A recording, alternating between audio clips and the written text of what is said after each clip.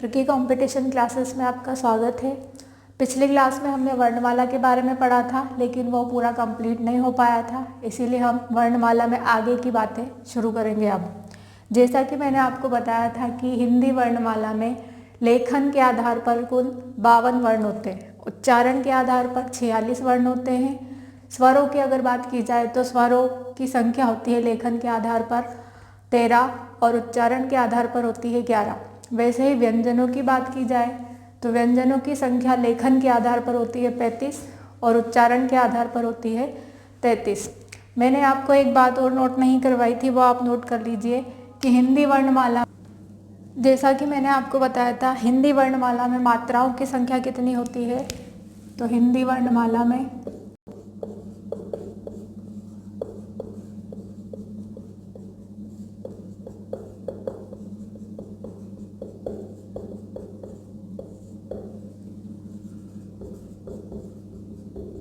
मात्राओं की संख्या होती है 10 और ये एग्जाम में पूछे जाने वाले क्वेश्चन है। स्वरों की संख्या पूछी जाती है लेखन के आधार पर तो 13 आएगी और उच्चारण के आधार पर पूछी जाती है तो 11 आएगी, क्योंकि ज़्यादातर 11 ही पूछी जाती है एग्ज़ाम में, इसीलिए आपको 11 पर ही टिक लगाना है। कुछ लोगों का डाउट होता है कि 10 होती है, 11 होती है कि 12 होती है, तो आपका आंसर, अगर आप कॉम्पिटिटिव की तैयारी कर रहे हैं तो हर बुक में आपको 11 ही मिलेगी। इसके बाद हमने स्वरों की बात की थी, तो स्वरों के प्रकार होते हैं लेखन के आधार पर भी और उच्चारण के आधार पर भी। लेखन के आधार पर स्वरों के कितने प्रकार थे?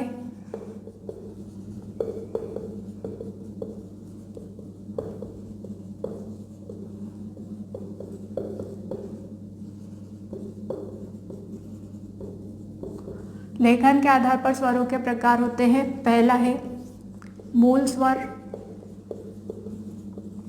जिसको ह्रस्व स्वर भी कहा जाता है और इसी को लघु स्वर भी कहा जाता है।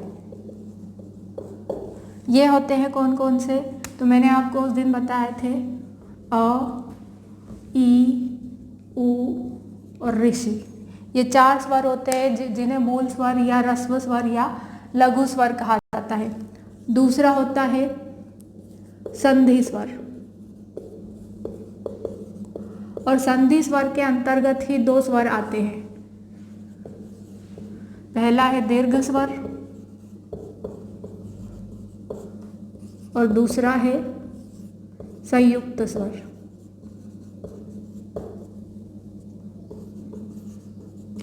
अब आप नाम से ही पता चल रहा है आपको कि ये मूल है या लघु। लघु का मतलब होता है छोटा। ऐसा स्वर जिसके उच्चारण में हमें कम समय लगे उसको कहा जाता है मूल या लघु या ह्रस्व स्वर। और जैसे एग्जाम्पल के लिए हमने लिखा है अ, ई, उ, ऋषि, इनके उच्चारण में बहुत ही कम समय लगता है। वैसे ही दीर्घ स्वर, दीर्घ मतलब बड़ा, जिसके उच्चारण में अधिक समय लगे उसे दीर्घ स्वर कहा जाता है। अब आपको पता है कौन कौन से स्वर आ सकते हैं इसमें? आ सकता है, बड़ी ई, बड़ा उ, ए, आई, ओ और औ, ये सारे कहलाते हैं दीर्घ स्वर। इसके बाद बात आती है संयुक्त स्वर की। संयुक्त का मतलब होता है 2 स्वरों से मिलकर बना हुआ, जैसे कि अ और आ से मिलकर क्या बनता है? आ। ऐसे ही अ और आ से मिलकर क्या बनता है? तो भी आ ही बनेगा। ई और ई से मिलकर क्या बनेगा? तो बड़ी ई बनेगी। या अ और उ से मिलकर क्या बनेगा? तो ये ए बनेगा। या अ और ई से मिलकर क्या बनेगा? सॉरी, यहाँ गलत हो गया है, यहाँ पर ओ आएगा और यहाँ पर औ आएगा, ए आएगा।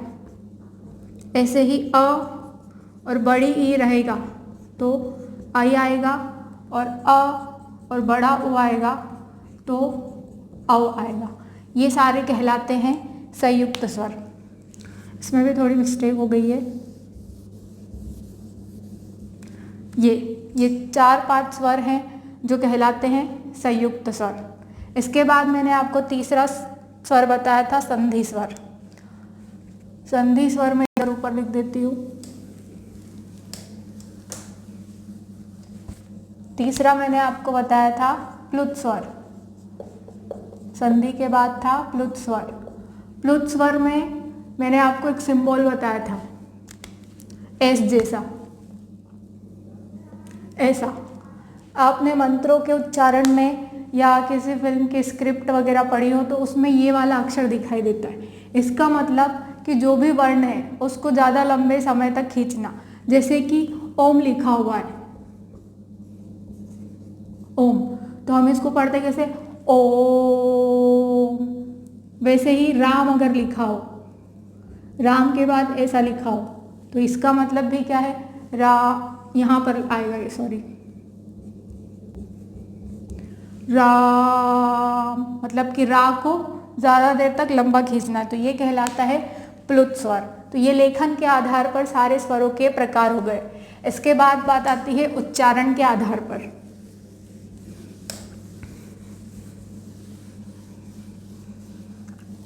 उच्चारण के आधार पर स्वर।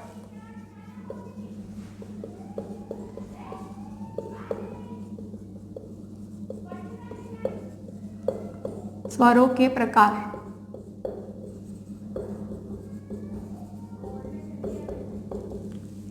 ये भी अलग अलग प्रकार के होते हैं। पहला है अग्र स्वर, दूसरा है मध्य स्वर, तीसरा है पश्च स्वर। अब उच्चारण हम किससे करते हैं, तो जीभ से करते हैं। ये हमारी जीभ है, ये जीभ का अग्र भाग है, ये मध्य भाग है और ये पश्च भाग है। तो जो भी वर्ण का हम उच्चारण करते हैं अगर जीभ के आगे वाले हिस्से से होता है तो वो कहलाता है अग्र स्वर। अब आप देखेंगे कि कौन कौन से वर्णों का होता है, तो ई, ए। उसके बाद मध्य स्वर, मतलब कि जीभ आपकी एकदम मध्य में रहेगी तो वो कहलाता है मध्य स्वर।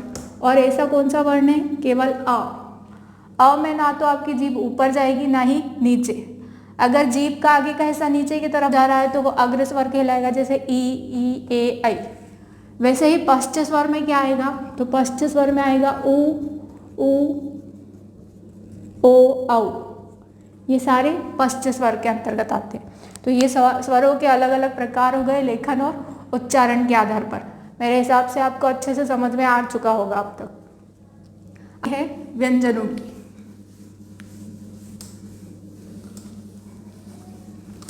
स्वरों के अलग अलग प्रकार है लेखन और उच्चारण के आधार पर, वैसे ही व्यंजन के भी अलग अलग प्रकार होते हैं।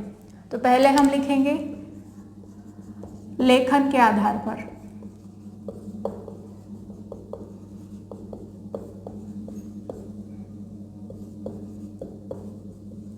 व्यंजन के प्रकार। सबसे पहला होता है इसमें स्पर्श व्यंजन। स्पर्श का मतलब होता है छूना। जिस प्रकार से हम जो भी वर्ण का उच्चारण करते हैं तो वो वर्ण हमारे मुंह के किन किन अंगों को, किन किन भागों को स्पर्श करता है वो हम देखेंगे। तो यहाँ पर कौन कौन से पंक्ति आ जाएगी, इसमें क वर्ग आ जाएगा, क वर्ग, च वर्ग, ट वर्ग, त वर्ग और प वर्ग। ये सारे वर्ग किसके अंतर्गत आएंगे, तो ये स्पर्श व्यंजन के अंतर्गत आएंगे। अगर इनकी संख्या पूछी जाए तो इनकी संख्या होती है 25, क्योंकि ये पांचों वर्गों के अक्षर होते हैं, इसीलिए इनकी संख्या होती है 25। क आपके दोनों कंठ, अंदर का और बाहर का, स्पर्श कर रहे हैं इसलिए क वर्ग आ गया इसमें। च में तालु स्पर्श कर रहा है, ट में मूर्धा स्पर्श कर रहा है, त में दंत स्पर्श कर रहा है और प में ओष्ठ स्पर्श कर रहे हैं, इसीलिए इन सभी वर्गों को कहा जाता है स्पर्श व्यंजन। दूसरा आता है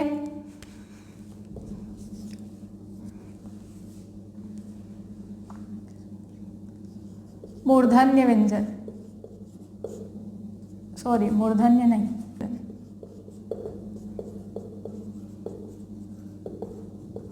अंतःस्थ व्यंजन के अंतर्गत क्या क्या आता है, तो इसमें आता है य, र, ल और व, क्योंकि जब भी हम इनका उच्चारण करते हैं तो ये अंदर से आवाज आती है। य आपकी नाभि से निकलता है, र भी पर्राटे से निकलता है, ल में भी ऐसा ही होता है और व में भी ऐसा ही होता है। इसके बाद आता है ऊष्म व्यंजन।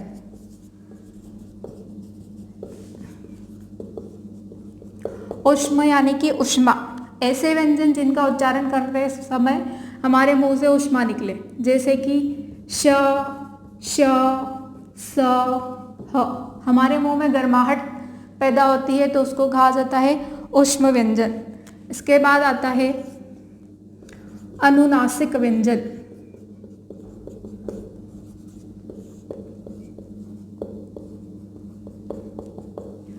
अनुनासिक व्यंजन वो कहलाते हैं जिनका उच्चारण नाक से होता है, जैसे कि प्रत्येक वर्ग का अंतिम 5 वर्ण, जैसे क में कौन सा था, अंग, च में य, ट में ण, त में न और प में म। ये सारे अनुनासिक या इनको पंचमाक्षर भी कहा जाता है क्योंकि इनकी संख्या होती है 5। इसके बाद आता है उच्छिप्त व्यंजन।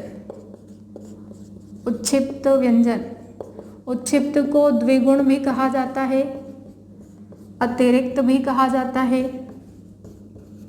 और गौण व्यंजन भी कहा जाता है।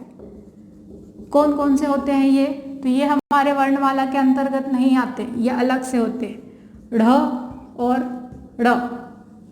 कुछ कुछ लोग जो ड होता है उसी को ड़ पढ़ते हैं, या जो क के अंतिम वाला वर्ण होता है उसी को ड़ पढ़ते हैं, जबकि ये अतिरिक्त होता है, अलग होता है।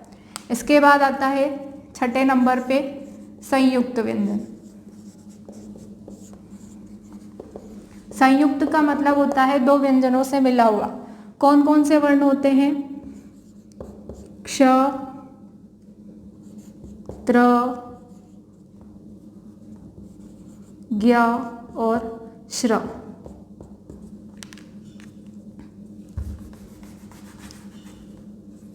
क्ष, त्र, ज्ञ और श्र।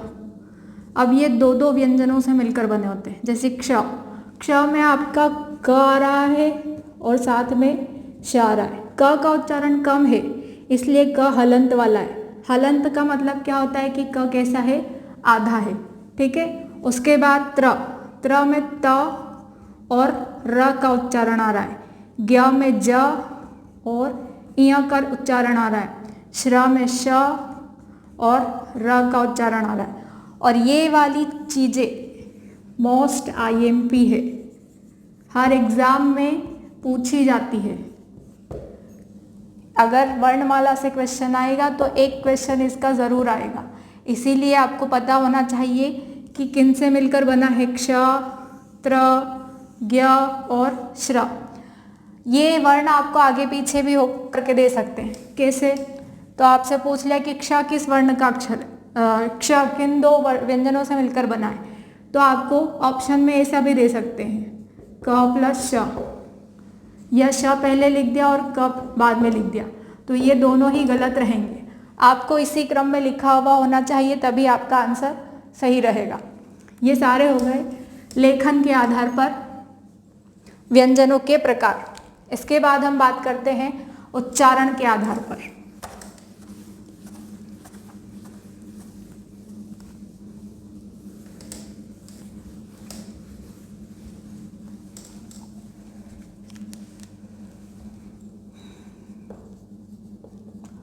उच्चारण के आधार पर व्यंजन के प्रकार कौन कौन से होता है, तो पहला होता है कंठ्य।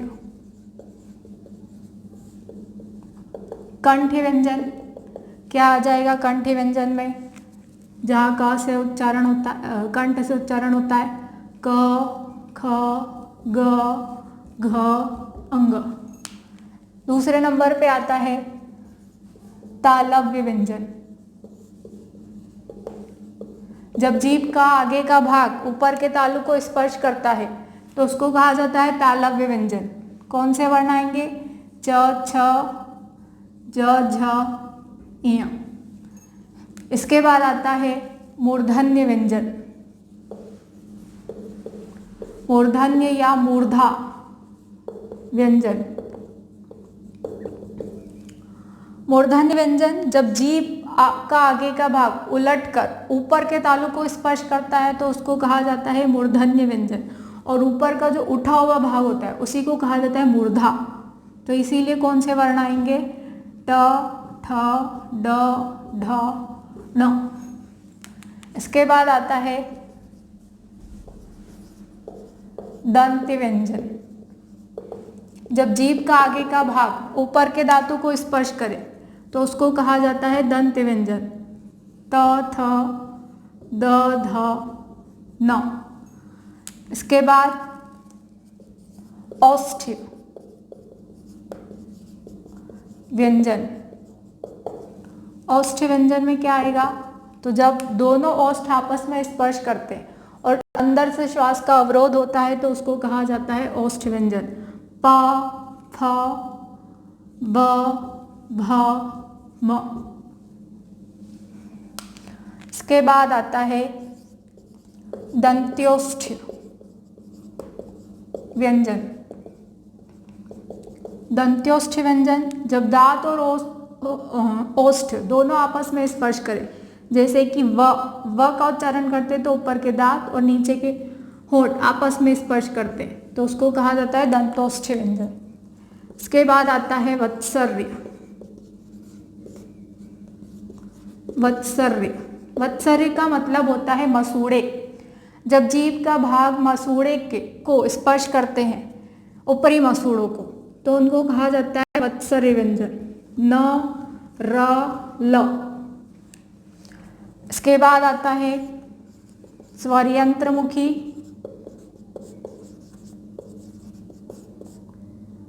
या काकल्य व्यंजन। स्वरयंत्रमुखी यानी कि ऐसा स्वर जो बिना किसी रुकावट के पूरी तरीके से बाहर आ जाए, जैसे कि ह बोलते हैं हम। ह में किसी भी प्रकार का कोई अवरोध नहीं होता है, वो डायरेक्ट हवा बाहर निकल जाती है, इसीलिए इसको कहा जाता है स्वरयंत्रमुखी। और कौन सा वर्ण होता है ये? ह। तो ये सारे हो गए उच्चारण के आधार पर व्यंजन। कुछ अतिरिक्त व्यंजन होते हैं, जैसे कि मैं आपको बताती हूँ। लुंठित, लुंठित व्यंजन ये इसके अंतर्गत नहीं आते, अलग से आते हैं। लुंठित व्यंजन। और एक होता है पार्श्व व्यंजन। पूछा गया है एग्जाम में लुंठित व्यंजन और पार्श्व व्यंजन, क्योंकि हम एडवांस पढ़ रहे हैं इसलिए हमें एडवांस ही चलना है। इसीलिए लुंठित व्यंजन में कौन सा आएगा? तो लुंठित व्यंजन में आएगा र, क्योंकि जो जीभ है वो लुढ़कते हुए तेजी से बाहर आती है। र में लुढ़कते हुए तेजी से बाहर आ रही है जीभ, इसीलिए र को कहा जाता है लुंठित। और पार्श्व में आता है ल। तो ये सारे आपके व्यंजन हो गए। इनके अलावा भी व्यंजन होते हैं घोषता के आधार पर और प्राणता के आधार पर, वो मैं आपको अभी बताती हूँ।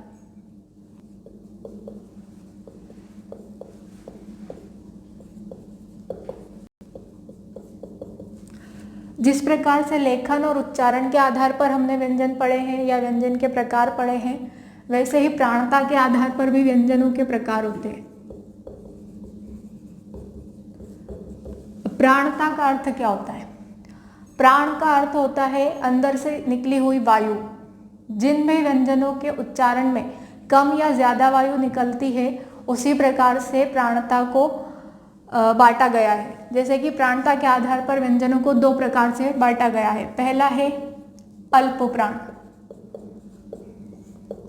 अल्प का मतलब होता है थोड़ा। ऐसे वर्ण जिनके उच्चारण में कम वायु का प्रवाह हो या कम वायु निकले, उसे कहा जाता है अल्प प्राण। और किन्हें कहा जाता है अल्प प्राण? तो प्रत्येक वर्ग का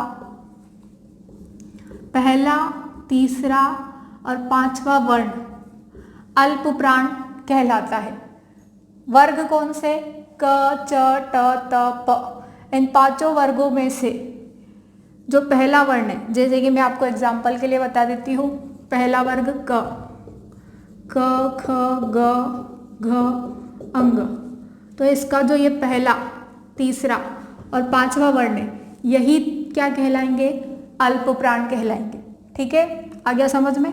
अगला है दूसरा महाप्राण।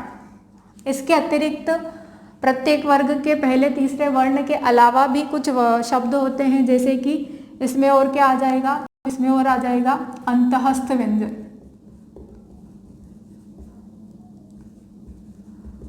अंतःस्थ व्यंजन किसे कहते हैं? य, र, ल, व को अंतःस्थ व्यंजन कहा जाता है। तो ये भी किसमें आएंगे? अल्प प्राण में ही आएंगे। और साथ में अतिरिक्त व्यंजन का ड़, ये भी किसमें आएगा? अल्प प्राण में। दूसरा है महाप्राण। महा का मतलब ज्यादा। ऐसे वर्णों का उच्चारण करें जिसमें ज्यादा वायु निकले, जिसमें ज्यादा प्राण वायु निकले, उसी को कहा जाता है महाप्राण। तो इसमें क्या आएगा? यहाँ पर प्रत्येक वर्ग का पहला, तीसरा, पांचवा वर्ण आ गया और बचे हुए वर्ण किस में आ जाएंगे? महाप्राण में। तो इसमें लिख सकते हैं हम प्रत्येक वर्ग का दूसरा, चौथा वर्ण। और क्या आएगा इसमें? ऊष्म व्यंजन। और क्या आएगा? सारे स्वर। और क्या आएगा? यहाँ पर ड आया तो यहाँ पर ढ, क्योंकि ढ के उच्चारण में ज़्यादा समय लग रहा है, ज़्यादा वायु निकल रही है, इसलिए ढ इसमें आएगा। तो ये प्राणता के आधार पर व्यंजन हो गए। अल्प प्राण, महाप्राण, प्रत्येक वर्ग का पहला, तीसरा, पांचवा वर्ण, साथ में अंतःस्थ व्यंजन। अंतःस्थ व्यंजन कौन से होते हैं? तो मैंने आपको पहले ही बता दिए थे, य, र, ल, व, ये सारे अंतःस्थ व्यंजन कहलाते हैं। ऊष्म व्यंजन क्या कहलाते हैं? तो ये श, स और ह, ये चारों ऊष्म व्यंजन कहलाते हैं। इसके बाद आती है बात घोषता के आधार पर। घोषता के आधार पर व्यंजन के प्रकार। घोषता का अर्थ होता है स्वर तंत्रियों का कंपन। किस वर्ण का उच्चारण हम किस प्रकार से करते हैं, या जिस वर्ण का भी उच्चारण करते हैं तो उसमें कितना कंपन उत्पन्न होता है, वही कहलाता है घोषता। तो ये भी दो प्रकार के होते हैं। पहला होता है अघोष और दूसरा होता है सघोष। सघोष को घोष भी कहा जाता है। ठीक है, घोषता मतलब कि स्वर तंत्रियों का कंपन, जो भी वर्ण निकलता है उसमें स्वर तंत्रियों का कंपन। इसमें क्या आएगा? प्रत्येक वर्ग का पहला और दूसरा वर्ण। प्रत्येक वर्ग का पहला व दूसरा वर्ण क्या कहलाता है? अघोष। और साथ में क्या आएगा? श, श, स। ये भी किसके अंतर्गत आते हैं? तो ये भी अघोष में ही आते हैं। फिर बचे हुए वर्ण किस में आ जाएंगे? सघोष में। प्रत्येक वर्ग का तीसरा, चौथा, पांचवा वर्ण। और साथ में क्या आएगा? तो ह आ जाएगा इसमें साथ में। ह, ड, ढ। ढ को कहा जाता है अतिरिक्त व्यंजन। और सारे स्वर य, र और ल, ये सभी आएंगे किसमें? सघोष या घोष के अंतर्गत। ये पूरी कंप्लीट हो गई है आपकी वर्णमाला। इसके बाहर कुछ नहीं जाने वाला है एग्ज़ाम में। जितनी भी चीज़ें थी एग्ज़ाम ओरिएंटेड या उससे ज़्यादा एडवांस, वो सारी आपको बता दी गई है। अब आपके ऊपर है कि आपको कितना समझ में आया। आपको अगर कोई डाउट है तो हमारा व्हाट्सअप नंबर हमने आपको बता ही रखा है, उस पर आप डाउट पूछ सकते हैं, या फिर हमारे ऐप पर जाकर वहाँ पर भी वीडियो देख सकते हैं उसको, और अच्छे से समझने के बाद जो भी डाउट हो पूछ सकते हैं। Thank you.